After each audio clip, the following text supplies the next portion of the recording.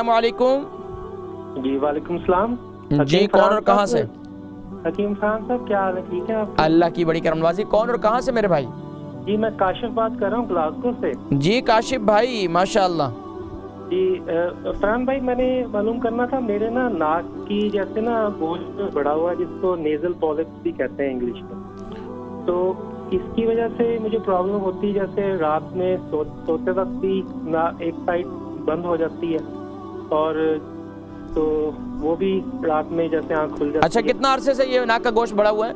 ये मुझे इसी विंटर से स्टार्ट हुआ है, स्टार्ट ऑफ द विंटर से। तो अभी आपको एक साइड बिल्कुल बंद है या कभी बंद होता है कभी खुलता है?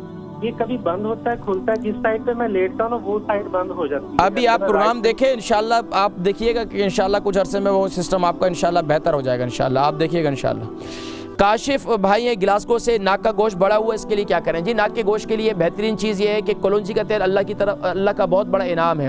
अब कलौंजी के तेल को क्या करें कि आप दिन में 3 मरतबा आप जो है कलौंजी के तेल अपने नाक में डालें, कलौंजी का तेल ले लें, लेकिन शर्त यह है ओरिजिनल होना चाहिए। अल्हम्दुलिल्लाह ओरिजिनल मिलते हैं और मौजूद भी हैं। ओरिजिनल तेल ले लें।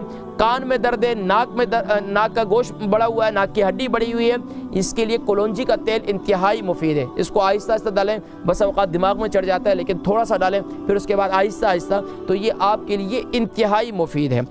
तो इसके साथ साथ और भी नुस्खे हैं इंशाल्लाह, फिर मैं आपको बताऊंगा इंशाल्लाह। अभी ये आप ये इस्तेमाल करें इंशाल्लाह।